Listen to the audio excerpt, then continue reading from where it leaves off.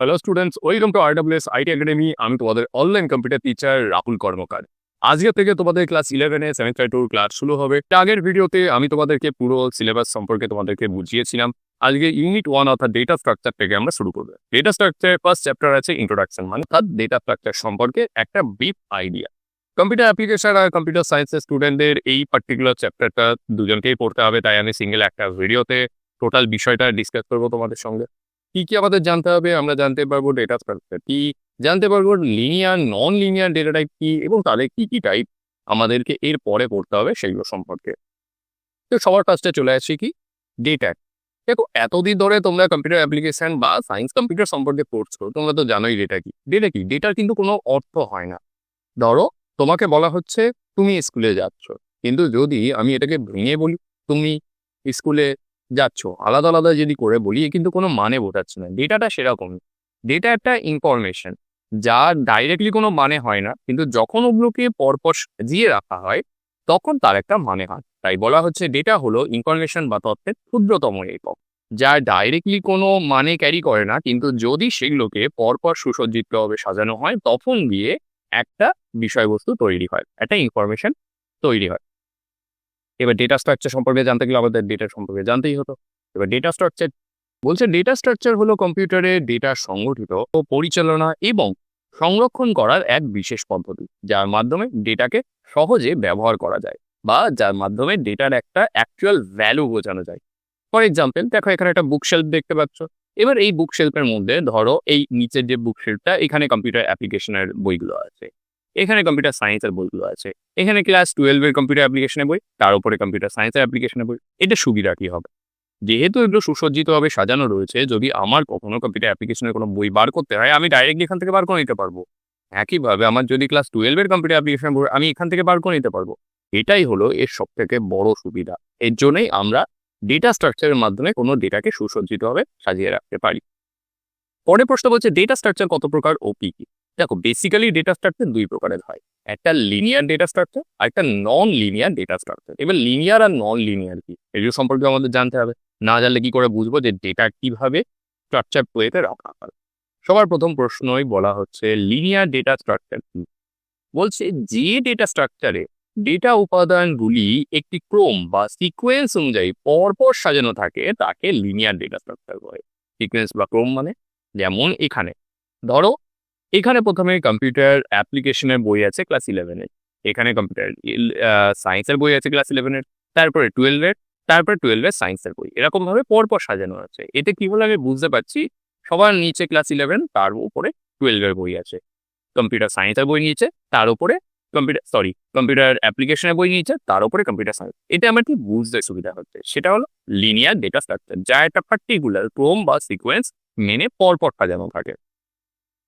এবার এর প্রচুর উদাহরণ আছে যেগুলো আমাদেরকে এই সিলেবাসে পড়তে হচ্ছে। সবার ফার্স্ট এক্সাম্পল অ্যারে। তোমরা যারা কম্পিউটার সায়েন্সের স্টুডেন্ট তারা তো অ্যারে সম্পর্কে খুব ভালো করে জানো, কারণ তোমাদেরকে কি প্রোগ্রামিং এর ক্ষেত্রে অ্যারে পড়তে হয়েছিল। তোমরা এই বছর এই অ্যারে সম্পর্কে আরেকটু ডিটেল জানতে পারবে। এবার যারা কম্পিউটার অ্যাপ্লিকেশনের স্টুডেন্ট তারা অ্যারের সঙ্গে আগে পরিচিত না।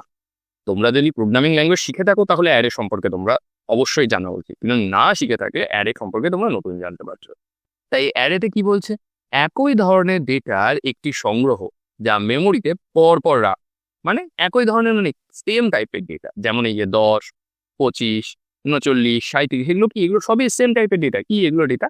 Integer data. এবার এই ইন্টিজার ডেটা কি, তোমরা যারা কম্পিউটার অ্যাপ্লিকেশন স্টুডেন্ট মেবি তোমরা এখানে নাও জানতে পারো। দেখো, বেসিক্যালি ডেটা টাইপ কয়েকটা পার্টে ডিভাইড হয়। সবার ফার্স্ট যেখানে নাম্বারকে বোঝানো হয় সেখানে বলে ইন্টিজার। কি ধরনের নাম্বার? পূর্ণ সংখ্যা। যদি কোনো জায়গায় তোমাদেরকে দশমিক সংখ্যা আছে সেটাকে বলা হয় ফ্লোট। যদি কোনো জায়গায় কোনো ক্যারেক্টার দেয়া থাকে বা এরকম যেমন অ্যাড, ডিলিট, অ্যারে এইসব লেখাগুলো লিখে রয়েছে, এটাকে কি বলা হয়? এটাকে ক্যার বলা হয় বা ক্যারেক্টার বলা হয় বা স্ট্রিং বলা হয়। ওকে, এই বেসিক কিছু জিনিস আছে, এগুলোকে মনে রাখবে। তাই এখানে বলা হচ্ছে কি, একই ধরনের ডেটার একটি সংগ্রহ যা মেমোরিতে পরপর রাখা থাকে। মাস্ট বি অ্যারে সেম টাইপের ডেটাকে স্টোর করতে পারে। এখানে যেমন দেখো সবকটা ইন্টিজার আছে, এখানে ইন্টিজারের মাঝখানে আমি কিন্তু ফ্লোটিং পয়েন্ট নাম্বার বা ফ্লোটিং নাম্বার যদি দিই তাহলে কিন্তু অ্যারে কাজ করবে না।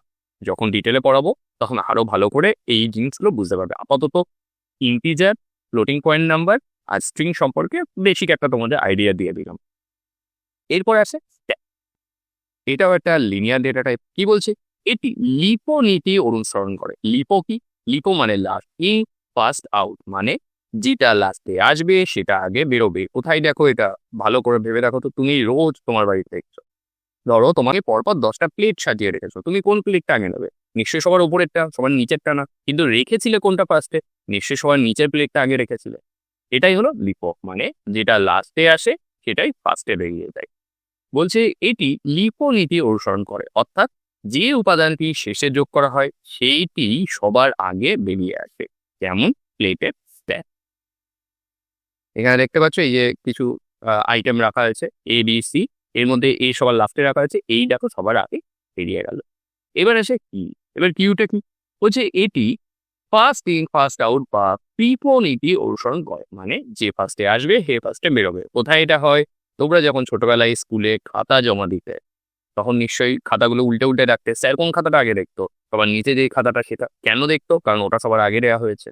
অ্যাজ ওয়েল অ্যাজ যখন তোমরা সিনেমার টিকিট কাটতে লাইনে দাঁড়াচ্ছ বা ট্রেনের টিকিট কাটতে লাইনে দাঁড়াচ্ছ, কাকে টিকিট আগে দেওয়া হয়? যে নিশ্চয়ই সবার সামনে ছিল তাকেই দেওয়া হবে। তো এটাকেই বলা হয় কি? পিকো। অর্থাৎ যে উপাদানটি প্রথমে যোগ করা হয় সেটি সবার আগে বেরিয়ে আসে। যেমন লাইনে দাঁড়ানো মানুষ, এখানে দেখাই 1 2 3 4, এটা হলো ফন্ট, এটা হলো রেয়ার। রেয়ার মানে পেছনের সাইড বা সবার শেষ, ফন্ট মানে সামনের সাইড বা সবার প্রথম। ঠিক আছে, এবার আছে লিঙ্ক লিস্ট। লিঙ্ক লিস্ট কি বলছে? ডেটা উপাদানগুলির একটি সংগ্রহ। কার? নানা ধরনের ডেটার একটি সংগ্রহ, যেখানে প্রতিটি নোড পরবর্তী নোডে ঠিকানা ধারণ করে। যেমন এখানে দেখো 1 2 3 তিনটে ডেটা আছে। এইবার কি হয়? এগুলো পরপর একটা অপরের সঙ্গে লিঙ্ক করা থাকে, কাইন্ড অফ আধার লিঙ্কের মতো। এইখানে নোড 1 এ কি আছে? একটা ডেটা পার্ট হয়, একটা অ্যাড্রেস পার্ট হয়। ঠিক আছে, এখানে নেক্সট হবে না, এটা নেক্সট হবে। এআই এর মাধ্যমে ইমেজটা তৈরি করা, তো কিছু ভুল এখানে তৈরি করে দিয়েছে। আমি চেষ্টা করবো পরে এটা ফিক্স করে দেওয়ার।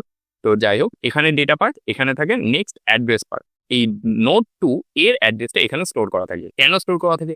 যখন কম্পিউটার ডেটা অ্যাক্সেস করবে, যাতে ও বুঝতে পারে কোন ডেটার পরে কোন ডেটাকে নিতে হবে। নোড 1 নোড 2 নোড 3 এরকম হবে। আর লাস্টে যে নোড থাকে বা লাস্টে যে পার্টটা থাকে, সেখানে কিন্তু কোনো অ্যাড্রেস থাকে না, ওখানে নাল লেখা থাকে। মানে কম্পিউটার বুঝতে পারে যে হ্যাঁ, আমার ডেটাটা এখান থেকে শুরু, এই অবধিই শেষ, এরপরে আর কিছু নেই। বুঝতে পারলে? এরপরে আসে নন লিনিয়ার ডেটা স্ট্রাকচার। কি নন লিনিয়ার? মানে যেখানে আমরা লিনিয়ারে জেনেছিলাম ডেটাগুলো একটা সিকোয়েন্স মেনে পরপর সাজানো, নন লিনিয়ারে তার উল্টোটা হয়। কি হয়? যে ডেটা স্ট্রাকচারে ডেটা উপাদানগুলি ক্রম অনুযায়ী সাজানো থাকে না, এবং এটি হিয়ারিক্যাল বা নেটওয়ার্ক সম্পর্ক বজায় রাখে, তাকে নন লিনিয়ার ডেটা স্ট্রাকচার বলে। এখানে একটি উপাদান একাধিক উপাদানের সঙ্গে যুক্ত থাকতে পারে, যেখানে আমরা আগের দিনে দেখেছিলাম একটি উপাদান আরেকটি সিঙ্গেল উপাদানের সঙ্গে যুক্ত থাকবে, কিন্তু এখানে কিন্তু সেটা না। এখানে একটা উপাদানের মাল্টিপল উপাদানের সঙ্গে লিঙ্ক থাকতে পারে। এবার কিভাবে থাকে সেটা এই এক্সাম্পল গুলোই জানতে পারবে। সবার ফার্স্টে আসে হলো ট্রি। ট্রি একটা নন লিনিয়ার ডেটা স্ট্রাকচার, একটি হিয়ারিক্যাল গঠন, যেখানে একটি মূল নোড বা রুট নোড এবং তার থেকে শাখা প্রশাখা বা চাইল্ড নোড বের হয়। এটি একটি উল্টো কাছের মতো। যেমন দেখো এখানে একটা প্রাইমারি নোড বা মূল নোড, যেটাকে রুট নোড যেটাকে বলে, প্রধান ডেটা, তার সঙ্গে দেখো এরকম ছোট ছোট ছোট ছোট প্রচুর ডেটা বেরিয়েছে। সব কি একটার সঙ্গে দেখো আর একটা লিঙ্ক হয়ে বেরিয়েছে। এটাই কি? এটাই হলো ট্রি। ট্রি কি? ট্রি একটা নন লিনিয়ার ডেটা স্ট্রাকচার। এবার আসে গ্রাফটা। এটি নোড এবং এজের একটি সংগ্রহ, যা নোডগুলির সাথে সংযোগ স্থাপন করে। এটি নেটওয়ার্ক বোঝাতে ব্যবহার করা হয়, যেমন সোশ্যাল মিডিয়ায় বন্ধুদের নেটওয়ার্ক কিভাবে। এই যে 1 2 3 4 5, এগুলো কি? এগুলো সব এক একটা নোড। দেখো প্রতিটা নোড আর একটা নোডের সঙ্গে দেখো কানেক্ট করা আছে। এই লাইক সোশ্যাল মিডিয়ায় যেরকম তোমরা একটা বন্ধুর মাধ্যমে আরেকটা বন্ধুকে খুঁজে পাও, বা যখন তোমরা ফেসবুকে কাউকে ফ্রেন্ড রিকোয়েস্ট পাঠাবে, যদি সে তোমার কোনো পরিচিত বন্ধুর সঙ্গে অলরেডি এক্সিস্ট করে ফ্রেন্ড লিস্টে, তাহলে দেখবে মিউচুয়াল ফ্রেন্ড লেখা থাকে। কেন? কারণ তোমারও বন্ধু তারও বন্ধু, তাই সেটা মিউচুয়াল। এবার সবার লাস্টে এটা আসে, সেটা হলো হিপ। হিপটা অনেকটা তোমার ট্রি স্ট্রাকচারের মতো। বলছে এটি একটি বিশেষ ধরনের ট্রি ভিত্তিক ডেটা স্ট্রাকচার, যা হিপ প্রপার্টি মেনে চলে। ম্যাক্স হিপ আর মিনি হিপ, হিপের টোটাল দুটো পার্ট হয়। এবার এগুলো সম্পর্কে বেশি জেনে লাভ নেই তোমাদের, কারণ তোমাদের চ্যাপ্টারে হিপ পার্টটা নেই। যেহেতু আমি পড়াচ্ছি, তার জন্য আমি হিপটাও তোমাদেরকে একবারে বুঝিয়ে রাখি। তো কি বলছে? ম্যাক্স হিপে প্যারেন্ট নোড মানে এই যে এই নোডটা সবসময় চাইল্ড নোডের থেকে বড় হয়। যেমন দেখো এখানে যে প্যারেন্ট নোড 95, চাইল্ড নোডগুলো দেখো তার থেকে অনেক ছোট। কিন্তু মেইন হিপের ক্ষেত্রে ব্যাপারটা উল্টো হয়। প্যারেন্ট হিপ সবসময় চাইল্ড নোডের থেকে ছোট হয়। মানে এখানে 95 এর জায়গায় এখানে হবে ধরো 5, এখানে 10, 20, 30, 40, 50। চাইল্ড নোডগুলো বড় কিন্তু প্যারেন্ট নোড যে সে ছোট। এই হলো তোমার বেসিক লিনিয়ার স্ট্রাকচারের টাইপগুলো। এইবার আসছে লিনিয়ার আর নন লিনিয়ার ডেটা স্ট্রাকচারের মধ্যে পার্থক্য কি। এখানে আমি দুটো পার্থক্য দিয়েছি। তোমরা যে বই কিনছো বা বইয়ের মাধ্যমে তোমরা পড়াশোনা করবে সেখানে হয়তো আরো বেশি থাকতে পারে। বেসিক্যালি তোমাদের এই প্রশ্নগুলো 2 বা 3 এর মধ্যে আসে, এটা লেখা সাফিসিয়েন্ট, কিন্তু তোমরা যদি একটা আরো অ্যাড করতে চাও করতে পারো তোমার নিজের ইচ্ছাকে। তো লিনিয়ার ডেটা স্ট্রাকচারের উপাদানগুলি একটি সরল রৈখিক ক্রমে সাজানো থাকে। মানে আমরা প্রথমেই জেনেছিলাম লিনিয়ার স্ট্রাকচারে সবসময় যে কোনো ডেটাকে পরপর সাজানো থাকে, ঠিক আছে, যেমন অ্যারে কিউই। অন্যদিকে নন লিনিয়ার ডেটা স্ট্রাকচারের উপাদানগুলি হিয়ারিক্যাল বা নেটওয়ার্ক আকারে সাজানো থাকে, বা অবিচ্ছিন্নভাবে, মানে একটার পর একটা যে সবসময় থাকতেই হবে এরকম কোনো কথা না, যেমন ট্রি, গ্রাফ। এরপরে বলছে লিনিয়ার ডেটা স্ট্রাকচারে প্রয়োগ করা সহজ, অন্যদিকে নন লিনিয়ার ডেটা স্ট্রাকচার প্রয়োগ করা তুলনামূলকভাবে জটিল হয়। এমন না যে কঠিন, তুলনামূলকভাবে লিনিয়ারের থেকে কঠিন হয়। এই হলো বেসিক্যালি এই দুটোর মধ্যে পার্থক্য। দুটো পার্থক্য মোর দ্যান এরা। এরপর সে লিপো আর কিপো নীতি দুটো কোন কোন ডেটা স্ট্রাকচারে ব্যবহৃত। এবার লিপো ব্যবহার করা হয় স্ট্যাকের ক্ষেত্রে। লিপো মানে লাস্টিং ফার্স্ট আউট, যে লাস্টে আসবে কে আগে বেরোবে, যেমন একটা প্লেট পরপর সাজানো রয়েছে ঠিক আছে। এরপরে সে পিপো। পিপো কোথায় ব্যবহার, কিউর ক্ষেত্রে ব্যবহার করা হয়, মানে ফার্স্ট ইন ফার্স্ট আউট, যে আগে আসবে সে আগে বেরিয়ে যাবে। এরপরে আসছে হলো বাস্তব জীবনে কোন ধরনের সমস্যার সমাধানে নন লিনিয়ার ডেটা স্ট্রাকচার ব্যবহার করা হয়, আমাদের এটা জানতে হবে।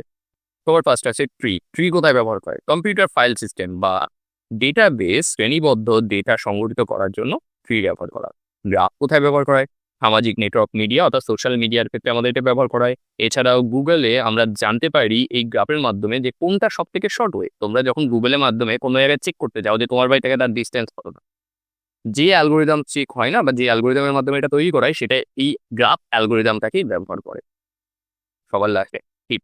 টিপ কি বলছে, অপারেটিং সিস্টেমে টাস্ক শিডিউল বা তোমরা যে টাস্কটা একটা টাইম পরে কি হবে বা অ্যালার্ম দেওয়াটা, এই পার্টিকুলার কাজগুলো কি কার মাধ্যমে হয়, এই কি টেকনোলজির মাধ্যমেই হয়ে থাকে। বুঝতে পারলে? তো এই হলো তোমাদের আজকের এই টোটাল ভিডিওটা। এটা শর্ট ভিডিও ছিল যেখানে আমি তোমাদেরকে ফার্স্ট যে চ্যাপ্টারটা আছে সেটা সম্পর্কে তোমাদেরকে ডিসকাস করলাম, যেখানে তোমরা জানতে পারলে ডেটা স্ট্রাকচার কি, ডেটা স্ট্রাকচারের কত প্রকার, যেমন লিনিয়ার, নন লিনিয়ার। তো এরপরে ভিডিওতে তোমাদেরকে অ্যারে, ট্যাগ এগুলো সব সম্পর্কে পরপর ডেডিকেটেড চ্যাপ্টার আছে, তোমাদেরকে সেগুলো পড়াবোই। আশা করি তোমাদের ভিডিওটা ভালো লেগেছে। তোমাদের যদি কোনো মতামত থাকে সেটা কমেন্ট সেকশনে জানাবে। এছাড়াও তোমাদের যে কোনো রাইটারের বই কিনো না কেন, তোমরা কিন্তু এখন থেকেই এই রাইটারের বইটাকে অবশ্যই ফলো করবে, কারণ তোমাদের এটা লিখিত পরীক্ষা, তাই লেখা প্র্যাকটিসটা কিন্তু এখন থেকে অবশ্যই জরুরি। তো আজকের ভিডিওটা এই অবধি। তোমাদের সঙ্গে দেখা হবে পরের ভিডিওতে নতুন টপিকের সঙ্গে।